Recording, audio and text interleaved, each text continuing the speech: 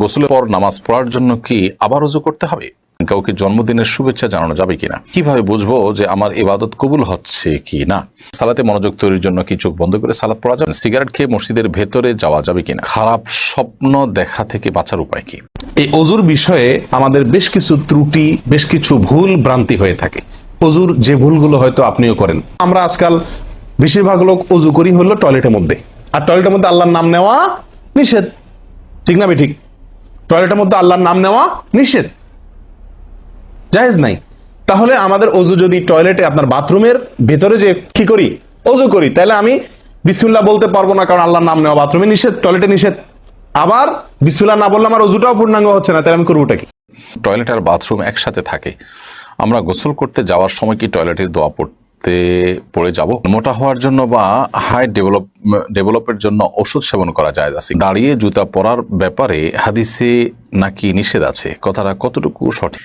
প্রিয় দর্শক, আমরা ইতিমধ্যে অনেকগুলো প্রশ্ন পেয়েছি, চলুন আমরা তাহলে প্রশ্ন উত্তরে প্রবেশ করি। গোসল পর নামাজ পড়ার জন্য কি আবার ওযু করতে হবে?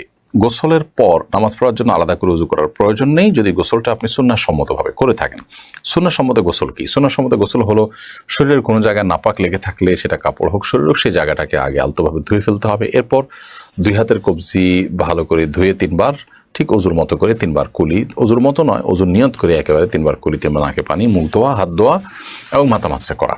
এরপরে পুরো শরীরে পানি ঢেলে আপনি গোসল শেষে 2 পায়ের গোড়ালি পর্যন্ত ধুয়ে আপনি চলে আসলেন। তাতে আপনার অজু দিয়ে গোসল শুরু হলো, গোসল শেষ, অজুর শেষ কাজটা পাও ধুয়ে আপনি বের হয়ে চলে আসলেন। এরপর আলাদা করে আপনার অজু করার কোনো প্রয়োজন নেই। অনেকে অহেতুক এরপর আবার অজু করতে থাকেন। একবার অজু আসে, সে অজু আপনি থাকা অবস্থায় কোনো ইবাদতই করেনি, অজু দিয়ে প্রয়োজন ছাড়া আবার অজু করার কোনো মানে হতে পারে না। সেজন্য গোসলের পর অজু করার কোনো প্রয়োজন নেই, যদি সেটা সুন্নাহ সম্বন্ধে গোসল হয়ে থাকে। যদি সুন্নাহ সম্বন্ধে গোসল হয়নি, আপনি এমনিতে গোসল করে আসছেন, অথবা গোসল করতে গিয়ে আপনার অজুভঙ্গ হয়েছে, বায়ু নির্গত হয়েছে, তাহলে সেক্ষেত্রে তো আপনি গোসলের পরে আবার অজু করবেন। সুমাইয়া মজুমদার আপনি লিখেছেন, দাঁড়িয়ে জুতা পরার ব্যাপারে হাদিসে নাকি নিষেধ আছে, কথাটা কতটুকু সঠিক দয়া করে জানাবেন। জুতা পরার ব্যাপারে নবী করিম সাল্লাল্লাহু আলাইহি সাল্লামের বেশ কয়েকটা টুকরো টুকরো নসিহা পাই বা উপদেশ পাই আমরা। এর মধ্যে থেকে একটি হলো যে এক পায়ে জুতা পরে আরেক পা খালি রেখে হাঁটা নিষেধ রয়েছে হাদিসে। অতএব মসজিদ থেকে বের হলে বা বিভিন্ন সময় দেখা যায় যে জুতার একটা এক মাথা আরেকটা আরেক মাথায়, তো প্রয়োজনে আমরা হাত দিয়ে নিয়ে যাব, দুটো একসাথে পরবো, কিন্তু শুধু এক পায়ে জুতা পরে আরেক পা খালি রেখে হাঁটবো না। আরেকটা নির্দেশনা আছে নবী সাল্লাল্লাহু আলাইহি ওয়াসাল্লাম, সেটা হলো যে খালি পায়ে হাঁটা, মাঝে মধ্যে খালি পায়ে হাঁটা কিন্তু সুন্নাহ, সেজন্য আমরা খালি পায়ে হাঁটতে পারি। আজকাল অবশ্য ডাক্তাররা আমাদেরকে পরামর্শ দিয়ে থাকেন মাঝে মধ্যে খালি পায়ে হাঁটার জন্য। নবী সাল্লাল্লাহু আলাইহি ওয়াসাল্লামের সুন্নাহ এটি, এবং এটি আমাদের স্বাস্থ্যগত উপকারও যেমন বয়ে আনে, ঠিক তেমনিভাবে আমরা সুন্নাহ আদায়ের নিয়তে যখন করবো, নবী সাল্লাল্লাহু আলাইহি ওয়াসাল্লামের অনুসরণ নিয়তে যখন করবো, তখন এর মাধ্যমে আমরা সওয়াব লাভ করব।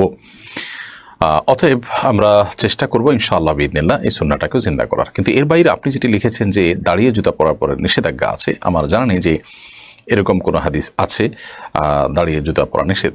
আমরা দাঁড়িয়েই সাধারণত জুতা পরি, এবং নবী করিম সাল্লাল্লাহু আলাইহি ওয়াসাল্লাম জুতা পরার জন্য বসেছেন, বসে বসে জুতা পরতেন, এরকম কোনো কথা আমার জানা নেই। অতএব জুতা পরার ব্যাপারে আমরা দুটি সুন্নাহ পেলাম। আরেকটি গুরুত্বপূর্ণ সুন্নাহ হলো যে কোনো ক্ষেত্রে আল্লাহ তাআলা ডানকে পছন্দ করেন। ইন্নাল্লাহা ইউহিব্বুত তায়াম্মুনা ফি কুল্লি শাই হাত্তা তানাওয়ালা ওয়া তারাজ্জুল। সব বিষয় আল্লাহ সুবহানাহু ওয়া তাআলা ডানকে পছন্দ করেন, সেজন্য একজন ইমানদার জুতা পরার ক্ষেত্রেও ডান পা আগে পড়বে, বাম পাও পরে পরিধান করবে। এটি জুতা পরার সুন্নাহ আমরা বলতে পারি। ভাই ইসলাম আপনি লিখেছেন, মোটা হওয়ার জন্য বা হাইট ডেভেলপের জন্য ওষুধ সেবন করা যায় আছে কিনা? আমি যতটুকু জানি এই জাতীয় ওষুধগুলো বেশিরভাগ ক্ষেত্রেই স্বাস্থ্যের জন্য ক্ষতিকর, এবং এগুলোর নানা রকমের সাইড এফেক্ট আছে। এবং যদি এরকম কোনো সাইড এফেক্ট না থাকে এবং স্বাস্থ্যগত কোনো সমস্যার দিক না থাকে, তাহলে আপনি এগুলো ব্যবহার করতে পারেন, ক্ষতিকর কোনো কিছু যদি না থাকে। আর যদি সেরকম কোনো কিছু থাকে, তাহলে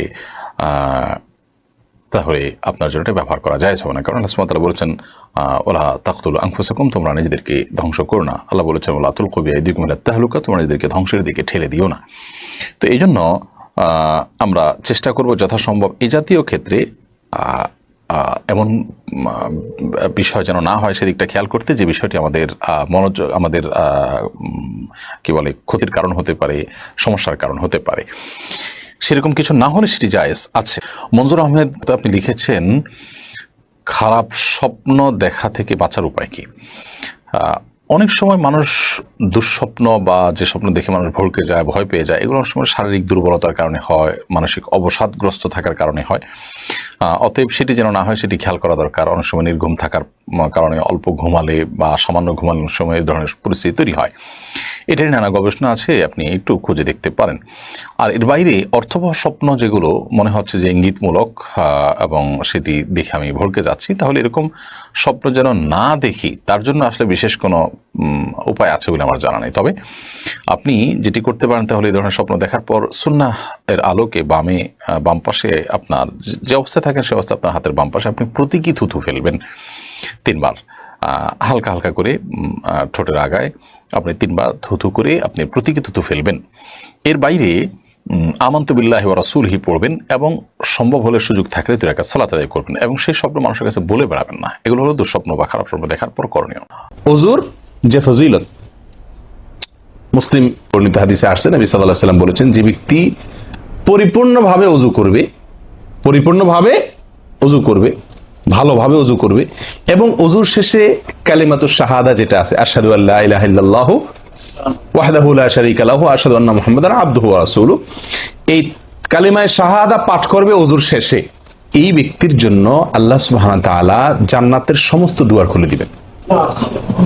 তাহলে আমরা বলতে পারি জান্নাতের 8 দুয়ারের সমস্ত দুয়ারের একটা রিমোট এখানে নবী সাল্লাল্লাহু আলাইহি ওয়াসাল্লাম আমাদেরকে বাতলে দিয়েছেন। একটি রিমোট, এই এক রিমোট টিপের সঙ্গে সঙ্গে 8 দরজা সব খুলে যাবে। সেটা হলো ওযুকে কি করা? পরিপূর্ণভাবে করা। এখন একটা সমস্যা হলো, আমরা আজকাল বেশিরভাগ লোক ওযু করি হলো টয়লেটের মধ্যে, আর টয়লেটের মধ্যে আল্লাহর নাম নেওয়া নিষেধ, ঠিক না ঠিক? টয়লেটের মধ্যে আল্লাহর নাম নেওয়া নিষেধ, জায়েজ নাই। তাহলে আমাদের ওযু যদি টয়লেটে, আপনার বাথরুমের ভেতরে যে কি করি, ওযু করি, তাহলে আমি বিসমিল্লাহ বলতে পারবো না, কারণ আল্লাহর নাম নেওয়া বাথরুমে নিষেধ, টয়লেটে নিষেধ। আবার বিসমিল্লাহ না বললে আমার ওযুটাও পূর্ণাঙ্গ হচ্ছে না, তাহলে আমি করবোটা কি? বলেন, সমাধানের পথ কি? কি করব?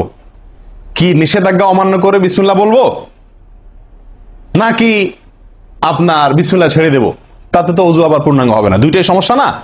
এই জন্য উত্তম এবং সবচেয়ে ভালো হলো ওযুটা বাহিরে করার চেষ্টা করবেন। বেশিরভাগ জায়গাতে, সব জায়গাতে কম বেশ, বাথরুম টয়লেটের ভেতরে যদি বেসিন থাকে, তো বাইরেও টেপ বা বেসিনের ব্যবস্থা থাকে না? বিশেষ করে বাসা বাড়িতে অথবা অফিস আদালতে দেখা যায় যে ওই টয়লেটে অনেক সময় আমরা কি করে ফেলি, ওযু করে ফেলি। এটা উচিত না, এটা একটা ভুল আমাদের। ওযু আমরা করব বাহিরে। কেন? কারণ টয়লেটে ওযু করতে গেলে আল্লাহর নাম নিতে হচ্ছে, আর আল্লাহর নাম নেওয়া নিষেধ। আমি সেখানে আল্লাহর নাম নিতেও পারছি না, আর নাও নিতে পারছি না। যদি নেই তাহলে আল্লাহর নাম নিয়ে গুনাহ করছি টয়লেটে, আর যদি না নেই তাহলে আমার ওযুটা অপূর্ণাঙ্গ থেকে যাচ্ছে, ঠিক না ঠিক? এই জন্য আমরা উত্তম হলো ওযু করব কোথায়? বাইরে এসে যে কোনো টেপে। কথা কি বুঝাতে পারছি? বাইরে এসে, একান্ত যদি কখনো আপনি বাধ্য হয়ে যান, বাইরে ভিড় নাই, ব্যবস্থা, সেটা ভিন্ন কথা। আর বাসা বাড়িতে যদি এরকম কোনো বাসা বাড়িতে যে বাইরে কোনো সিস্টেম নাই, আপনার নিজের বাসা না, আপনি ঠিক করতে পারতেছেন না, তো কমপক্ষে বেসিন এবং আপনার টয়লেটের কমোডের মাঝখানে কি দিব? একটা পর্দা বা ওয়াল, কোনো কিছু দিয়ে নিব ইনশাআল্লাহ। কথা বুঝতে পারছি ভাই? আল্লাহ তাআলা আমাদের সকলকে এই বিষয়টি লক্ষ্য করার তৌফিক দান করেন। মাহমুদা খাতুন লিখেছেন, সালাতে মনোযোগ তৈরির জন্য কি চোখ বন্ধ করে সালাত পড়া যাবে? মনোযোগ তৈরি করার জন্য চোখ বন্ধ করে সালাত পড়তে পারেন, তবে সাধারণ এবং স্বাভাবিক অবস্থায় চোখ খোলা রাখাটাই হলো সুন্নাহ নবী সাল্লাল্লাহু আলাইহি ওয়াসাল্লামের। স্বাভাবিক রাখা। মনোযোগ আমার বেশি সৃষ্টি হয় চোখ বন্ধ করলে, না হলে মনোযোগ ধরে রাখা কঠিন হয়, তো মনোযোগ বৃদ্ধি করবার জন্য আমি চোখ বন্ধ করলাম, এটি জায়েজ আছে। এমনিতে সাধারণ অবস্থাতে স্বাভাবিকভাবে চোখ খোলা রাখাটাই হলো সুন্নাহ। এমনি ইমরান খান আপনি লিখেছেন, সিগারেট খেয়ে মসজিদের ভেতরে যাওয়া যাবে কিনা? আমাদের গ্রামের অনেকে সিগারেট খেয়ে গায়ে দুর্গন্ধ সহকারে মসজিদের ভেতর প্রবেশ করে, তাদের পাশে যারা থাকে তাদের অনেক কষ্ট হয়, এ বিষয়ে দয়া করে কিছু বলবেন। ভাই ইমরান খান, সিগারেট খেয়ে মসজিদের ভেতরে যাওয়া বা ধূমপান করে মসজিদের ভিতরে যাওয়া, এর মানে হলো আমাদের মুখে যে দুর্গন্ধ হয়, সেই দুর্গন্ধটা নিয়ে মসজিদে প্রবেশ করা। আর এতে মানুষজন যেমন কষ্ট পাবে, ঠিক একইভাবে মসজিদে ফেরেশতাদের অবস্থান থাকে, তারাও কষ্ট পান। নবী করিম সাল্লাল্লাহু আলাইহি ওয়াসাল্লাম বলেছেন, তাতাআযাল মালাইকাতু বিমা ইয়াতাআযা বিহি বানু আদম। আদম সন্তানরা যে সমস্ত বিষয়ের কারণে কষ্ট পায়, ফেরেশতারা একই বিষয়গুলোতে কষ্ট পান। সেজন্য আমরা মসজিদে গিয়ে ফেরেশতাদের কষ্ট হতে পারে এরকম কোনো কাজ করা উচিত নয়, মানুষের কষ্ট হতে পারে কোনো কাজ করা উচিত নয়। এই জন্য কেউ যদি ধূমপান করে থাকেন, সেটা তো এমনিতেই গুনাহের কথা। তারপর ধূমপান করে মসজিদে তিনি যেতে হবে, নামাজ তো পড়তেই হবে। সেক্ষেত্রে তাকে ওযু করে মুখ ধুয়ে পরিষ্কার করে কুলি করে ভালো করে মুখের দুর্গন্ধ দূর করে নিয়ে তারপরে মসজিদে প্রবেশ করা উচিত। যদি একান্ত দুর্গন্ধ দূর করতে নাও পারেন, তার চেষ্টা থাকতে হবে অন্তত যে আমি কুলটুলি করে দুর্গন্ধ দূর করব, এরপর তিনি মসজিদে প্রবেশ করবেন। পারভিন সুলতানা তাসনোভা এআইডি থেকে আপনি লিখেছেন, এখন টয়লেট আর বাথরুম একসাথে থাকে, আমরা গোসল করতে যাওয়ার সময় কি টয়লেটের দোয়া পড়ে যাব? গোসল যখন আমরা করতে যাব তখন বাহির থেকে বিসমিল্লাহ বলে আমরা ঢুকতে পারি, যেহেতু ভেতরে প্যান বা কমোড এবং আমাদের শাওয়ারের যে স্প্রে সেটা যেহেতু পাশাপাশি থাকে সাধারণত এবং কোনো আড়াল থাকে না, বিধায় ওখানে গিয়ে আল্লাহর নাম আমরা নেব না। বাহির থেকে বিসমিল্লাহ বলে তারপরে গিয়ে ভেতরে ওযুর যে অন্যান্য কার্যক্রম, হাত ধোয়া, মুখ ধোয়া, সেগুলো আমরা করে তারপর গোসল করব। সেক্ষেত্রে ওযুর যে সুন্নাহ বিসমিল্লাহ পড়া সেটাও আদায় হয়ে যাবে, আবার টয়লেটের মধ্যে আল্লাহর নাম নেওয়া যে মাকরুহ সেটি থেকেও আমরা বেঁচে থাকতে পারবো। সেলিনা আক্তার আপনি ইউটিউব চ্যানেল থেকে আমাদের প্রশ্ন করেছেন, আমার বয়স 14, আমার অনেক চুলই পেকে গেছে, এখন কি চুল কলপ করা যাবে? চুল পেকে গেলে আপনি লাল কালার করতে পারেন, সেটা নিশ্চয়ই দেখতে অসুন্দর দেখায় না। সচরাচর 2-4টা চুল পাকলে সামান্য ওইটুকু চুল লাল কালার হলে পরে সুন্দরই লাগে। নবী করিম সাল্লাল্লাহু আলাইহি ওয়াসাল্লাম সাদা চুলকে অন্য কালারে পরিবর্তন করতে বলেছেন, তবে কালোকে পরিহার করতে বলেছেন। তিনি বলেছেন ওয়াজান নবী, তোমরা কালো কালার থেকে বেঁচে থাকবে। তো এই জন্য কালো কলব দিয়ে আপনি চুলের কালার পরিবর্তন করবেন না। প্রশ্ন করেছেন রিয়াদুল ইসলাম মারুফ, আপনি লিখেছেন, আমি কিভাবে বুঝবো যে আমার ইবাদত কবুল হচ্ছে কি না? দেখুন, আপনার ইবাদত কবুল হচ্ছে কিনা এটাকে নিশ্চিতভাবে জানার কোনো উপায় বা সুযোগ নেই। আপনি শুধুমাত্র বিভিন্ন আলামত দেখে আন্দাজ করতে পারেন, সুধারণা করতে পারেন, জাস্ট এটুকু। তো ইবাদত কবুলের একটি আলামত হলো সেই ইবাদত আগের চাইতে আরও ভালোভাবে আর নিয়মিতভাবে করতে পারা বা কন্টিনিউ করতে পারা। এটা ইবাদত কবুলের একটা লক্ষণ, অনেক উলামায়ে কেরাম, অনেক অভিজ্ঞ স্কলারগণ বলেছেন। তো সেখান থেকে আমরা ধারণা করতে পারি যে আমাকে আল্লাহ সুবহানাহু ওয়া তাআলা একবার ইবাদত তৌফিক দিয়েছেন, একবার আবারও তৌফিক দিয়েছেন, সুন্দরভাবে করার তৌফিক দিয়েছেন, কায়মনোবাক্যে বাক্যে আমি করতে পারছি, তাহলে সম্ভবত আমার দোয়া ইবাদত আল্লাহ তাআলা কবুল করেছেন। তাছাড়া ইবাদত কবুলের যদি বাহ্যিক শর্তগুলো আমি পূরণ করে থাকি, হালাল উপার্জন থাকলো, শিরক মুক্ত থেকে আমি ইবাদত করছি, সুন্নাহ সম্মতভাবে ইবাদত করছি, তাহলে সেক্ষেত্রে সে ইবাদত আল্লাহ সুবহানাহু ওয়া তাআলার কাছে কবুল হচ্ছে, সেই সুধারণাই আমাদের থাকবে ইনশাআল্লাহ তাআলা।